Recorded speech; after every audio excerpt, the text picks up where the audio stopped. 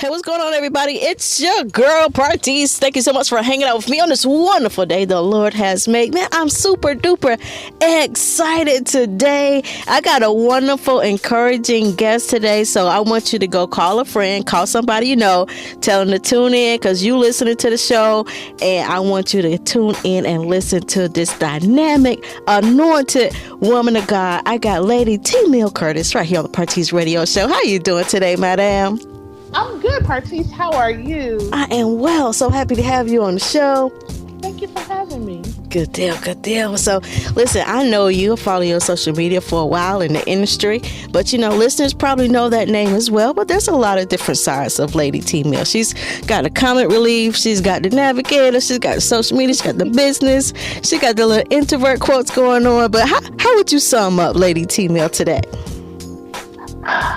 Lady T. Neal is a multi-creative, and I use social media to kind of like highlight all that I am.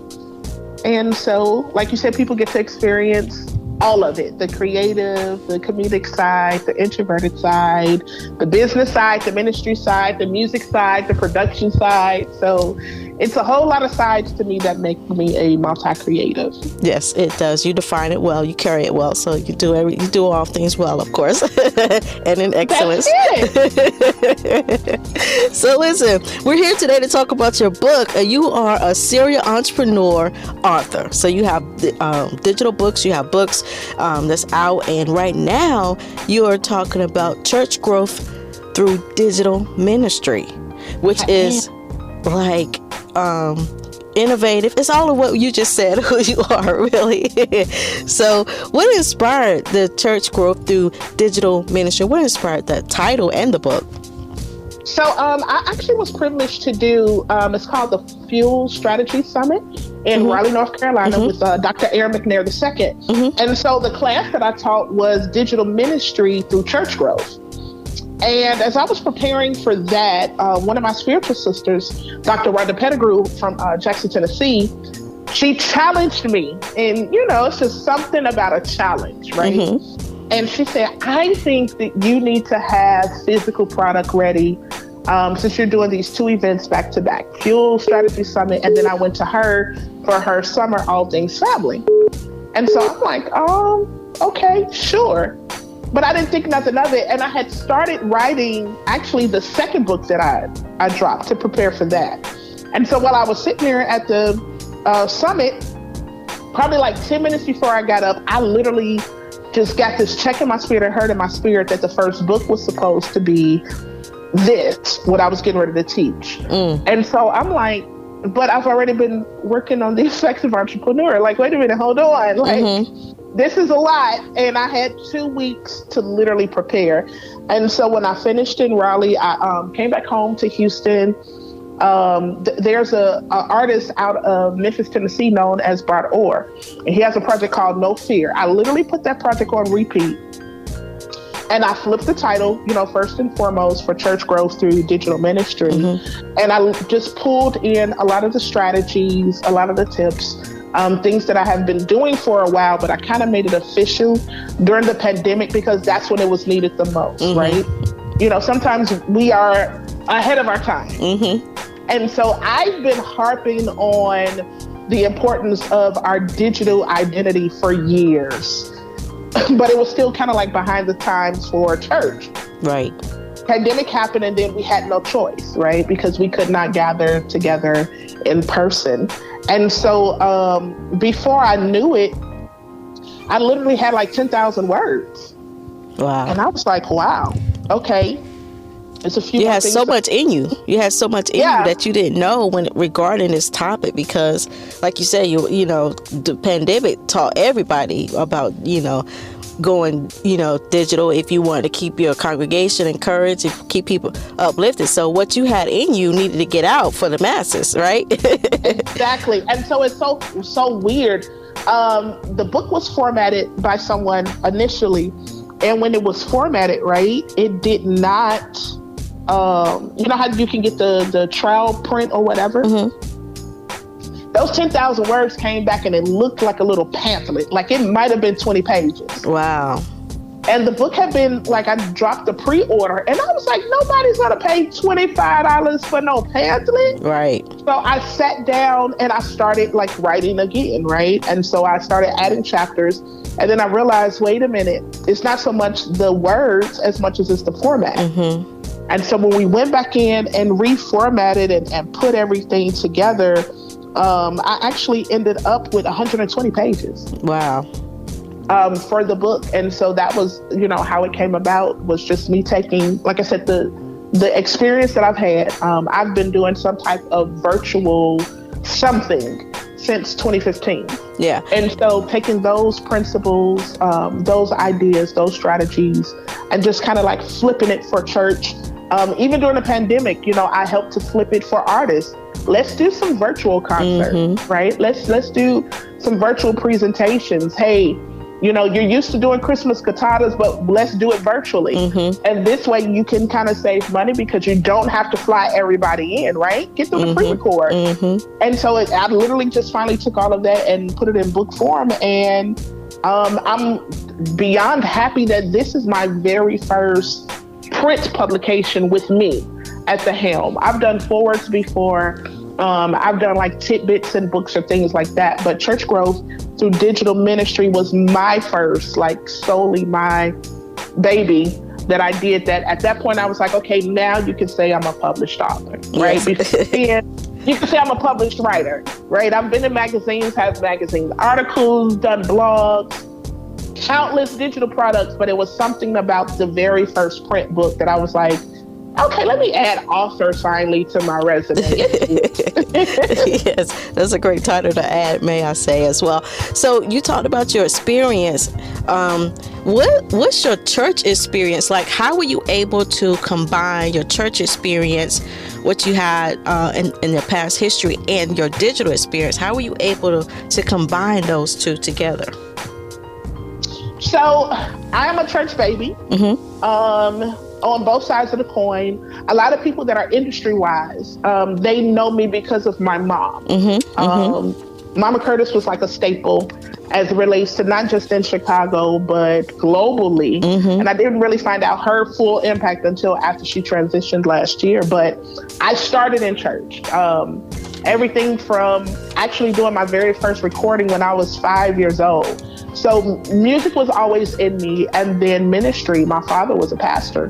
And so it's always been a part of who I am. I've always been able to utilize my gift of administration to help assist and put systems and structures together and infrastructures. And so like I said, in 2015, that's kind of like when I finally branched out more into the digital space. It initially started through music, because that's when the digital streaming platforms started really popping and booming, right? And so learning, Apple Music and iTunes and Spotify, and then we had Pandora, and, then Tidal came along. I was like, okay, this is good. How can we implement this as far as church is concerned? And so a lot of ministries started streaming, especially when Facebook got popular and they started going live. But it was letting people know, like, hey, just because you have this online worship experience, that doesn't mean you have a virtual church. Yes. Right? Virtual church means there's some level of follow-up. There's some level of community. There is still, discipleship and evangelism and outreach that's taking place. And so, like I said, I literally started taking principles from Fortune 500 companies and different things in different places, and just figuring out what will work for church, and then what works for church based upon the size of your church. So, it doesn't matter if you're just starting out in ministry or if you've been in ministry for 25 years. It doesn't matter if it's just you and, let's say, your spouse, or you and your children, or you have a staff of 30. Like, there are literally things that you can do that put yourself in the virtual space where you're able to have virtual legacy. And so that's been like my heart passion since 2015. Wow. So listen, everybody, I don't know about you, but I've been encouraged by listening to Lady T Mill here, hanging out right here on the Parties Radio, sharing about something that she probably just don't know the impact that she had with so many churches, but I'm sure she does. one thing that you said, Lady T-May, I want you to elaborate on, but before I ask you that question, I want to ask you this question. What's your favorite chapter in this book? What's the favorite chapter that you enjoyed writing? Which one of the chapters was that? There's actually two that I enjoyed a lot. One was digital ministry being very diverse in every way, meaning that we're able to reach beyond our area codes and our zip codes, right? We're able to touch people that did not have the same experiences or backgrounds and grew up like we did. Digital ministry allows for you to really become a multicultural, multidimensional type church if you offer services that can meet their need, which that's all ministry is. Like, ministry is about finding needs and meeting them, right? It's about serving the people. And so you're able to do that in a way digitally that a lot of times we may not have the capacity or the building space to do in person. So that one is like one of my favorites. And then the other one is having digital goals. Like, why does that matter? And we see people do social media wrong every day, right? We post, but we don't post with the end goal. What is the actual result that you want? Do you have call to actions on your post? Are you just posting and it's solicitation because you're not doing the key thing of social media, which is being social? So that means being engaging and interactive with the people. And so why having goals matter, you know, like even if it's something as simple as I want to get 50 new followers in 3 months. Okay, so what are you going to do to get those 50 followers? If it's to build your brand awareness, like what are you doing to share the message of who you are? Are you constantly sharing your vision and your mission? Which if you look at a lot of church pages, we don't necessarily know what they believe, but we see a flyer. Right? And I'm celebrate everyone who is doing recap videos, but it's so much more than just the shout, right? What is the people's response from it? And so how to have goals and then establish strategies to help you meet those goals. Those are two of my favorite chapters. Yeah, those were good chapters too. I can agree with that. Thank you. I can agree with that. But I did want to get you to elaborate on one thing that I read that you said that was very interesting. And I just wanted to get you to elaborate. You said the key principle is this: any pastor or church that isn't serious about their digital presence has no real vision to me. Elaborate on that. So here's the thing. I think we have, especially those of us that have been saved any amount of time, what's the vision behind being saved? Is it just for your own soul salvation? Like, are you just making sure that you are becoming a better person, a better friend, a better employee, whatever the case is? Or are you actually doing what we're supposed to do, which is sharing our faith? And how are we doing that? And so when it comes to digital ministry, it has to be more than just streaming. There has to be something that's there. I say virtual, whether it's pertaining to churches, entrepreneurs, radio station artists, authors. Being virtual is simply having a futuristic approach in a present day time, right? Because the virtual space is ever growing and it's ever evolving. And so when you have a futuristic approach, that means you're willing to learn what you need to learn to keep up with the times and being able to adapt with the times, where you're not losing your brand identity, but you're allowing it to evolve and expand. And so I think with a lot of ministries, they don't think beyond the fact that, well, everybody else is on Facebook, so I'm supposed to be on Facebook too, right? Or everybody else is posting their schedule for the week, so I'm supposed to post that also. There has to be some level of vision that's there. And without vision, we know, I mean, it's biblical, right? Without a vision, the people perish. And so it also says that we are to write the vision and make it plain. It should be so simplistic that people that see it, they can buy into it. That's all running with the vision is in a digital space. It's someone seeing who you are and buying into it. And so it's a thing that I teach. It's a mantra that I have that helps people with social media. Social media is about creating an experience that takes people on a journey and makes them buy into who you are. right? And so if no one is experiencing you, they can't buy into you. Why would they, right? Right, why would they? Because everything is about the experience, if we be honest, right? Absolutely. Yeah. So do you like teaching better or preaching better?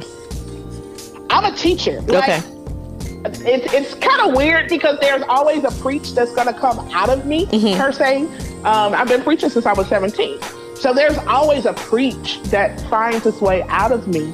But I am a teacher by nature. I love everything about teaching. I love the ability to slow down and really help you digest and retain what it is that I'm saying. So if you allow me the space to teach, I tap into that, but that preach is still gonna it's gonna come up. It's gonna rise up. Out. Like even when I'm doing corporate, settings and corporate trainings, usually by the end of it, they're looking at me. If they have any type of anything when it comes to church, they'll be like, "Are you a pastor? are you a preacher?" Like, man, we kind of like felt God, and I'm talking about digital curse, right? So teaching is my first love. That is my passion. And so if I'm in that lane, it's like, all gas, no brakes. Yeah. So listen, I know you guys can't wait to get your hands on this book. I'm going to allow Lady T-Mill to tell you how you could get it. Just a few. So don't you go anywhere, because I have one more question for you. So how would you like people to perceive digital ministry, this book, and how you have brought it into the church? Are there any misunderstandings from some church people about what you're trying to do, and how do you handle that? Oh my God, are there? I think I actually have to shout out the pandemic, because the pandemic made me not seem crazy or even like I was a Sadducee. Okay. I think one of the biggest misconceptions is people feel like when you start talking about digital and virtual and those type of things, you're trying to replace church. Wow. It's not a replacement of church. So listen, how does that fit in the fivefold ministry? Right, but it's an extension. Okay, so let's look at it. We have apostles, prophets, evangelists, pastors, and teachers, right? Apostles are a sent one. They help to establish systems and strategies and structures. Okay, in the virtual space, we have apostles who are strategists, right? They literally help you to establish systems and strategies and things of that nature. When you look at prophets, a prophet is someone who helps you to know the mind of Christ. And it comes by way of prophecy, word of wisdom, and word of knowledge, right? You put that into a virtual space. That is someone who literally helps you meet your ROI, right? What is the return on your investment? What is the clarity of message that you need to get to that point? And what instructions can you give people to help it happen, right? Then you have the evangelist. The goal of the evangelist is to evangelize. Meaning someone who has not already experienced this, having an encounter to the point that it changes their life.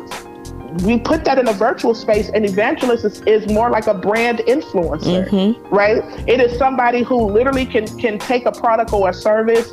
They can take merchandise. They can hear a song. And when they post about it, or if they say something about it, it intrigues people who knew nothing about the person that product, service, merch, or song belongs to, and it makes them want to find out who they are, right? Teachers, the goal of a teacher is to teach and to help instruct and to help train and to help advance, to help challenge, to help provoke. When we look at that in a virtual space, we have the ability to literally provoke people to think beyond the norm, right? It disrupts the status quo. It makes you say, okay, it's something I could do better. It's something that I can go further, right? The goal of a pastor is to cover and to protect the sheep, right? And to make sure that the sheep that are assigned to them grow. You look at that in a virtual space, we have coaches and consultants who are concerned about your well-being and making sure that your bottom line is reached. So it's still the fivefold. But it's now in a... She broke it down, y'all. Y'all had no excuse not to support this book. She broke it down. You know what I'm saying? I told you the preacher's still going to find his way out, right? Yeah, right. You literally are looking at who you are and how do we put this in a way that more people can come to know, what it is that we do. And church is ever evolving, right? Like when I grew up, we had tent revivals on a regular basis. Yes. I can't tell you the last time I went to a tent revival. That's true. That doesn't mean that church just thought that it was bad. No, we started seeing crime rates go up. we started seeing the expansion of communities and exponential growth in cities that land where the tent was able to sit is no longer able to sit. So we had to find other ways to have church, right? That's all digital ministry does. It doesn't replace church. It expands church. That's good. That's good. That's why you want to get you want to get your friends, get everybody that is in ministry, that's thinking about starting a church. Get this book, read it. Lady T. Mill, tell them how they can follow you on social media. Tell us what you got next coming up in 2024 and how we can get your book. Absolutely. I can do all of that in 2 minutes or under. Watch this. So you can follow me. I have a universal hashtag across all social platforms. It's Lady Tamil, ITSLADYTMIL. It's Lady Tamil. It's how you can follow me on social media.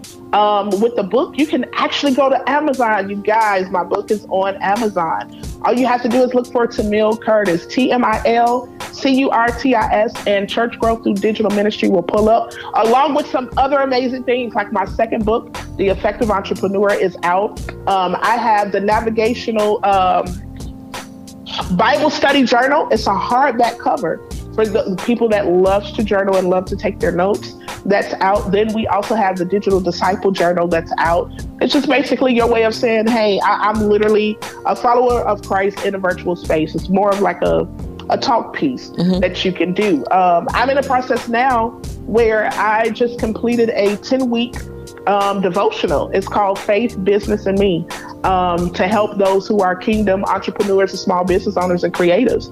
And so that's out with the editor. We're going to be dropping that top of 2024. We're also going to be bringing back the Ministry GPS Incentive, which is a program, which is like a small group specifically for pastors, senior pastors, and their secondary leaders, where they're able to come together, get insights, tips, strategies, encouragement, comfort to, push a little further when it comes to the digital space.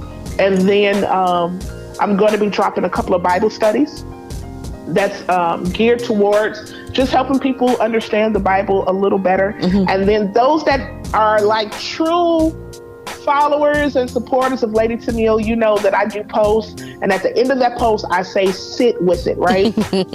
There is a whole sit with it series that's getting ready to come out. We have devotionals that we will be doing. We have some master classes that we will be doing. And so I'm excited about 2024 because I think people will experience even more of the teacher that I am. I've kind of found a way and a rhythm, even with being the general manager of a record label, right? I've found a rhythm that allows me the space where all of me is able to pour. And so I'm excited about 2024. You see that I rhyme? I was going to tell you, you might need to go in the recording studio, get that, get that down. You like that bars, right? You want to get started on 2024 and your new sit with it devotions. But listen, thank you so much for hanging out right here on the Parties Radio Show. I thoroughly enjoyed hanging out with you today. It's been fun. It's been informative. It's been a great time hanging out with you. So before you go, of course, I know you are an encourager. I know you navigate anything on your heart before we go out. I think the biggest thing that I will tell people is step outside of yourself. Something that I had to realize was that my voice mattered. And so I had to learn to unmute myself, which it was more so a me thing, because I'm like, oh, somebody else is already doing it, or somebody else. No. There is literally someone that's waiting on your yes. And they're waiting on you to say, you know what, even if I'm doing it afraid, I'm going to get it done, because I have the greatest coach. I have the greatest support team. I have the greatest everything that there is in God. And when you learn to trust your dopeness, that's something else that I teach people to do. When you learn to trust your dopeness and just simply step out on faith, you will see yourself win in ways that you never thought that you could. Amen.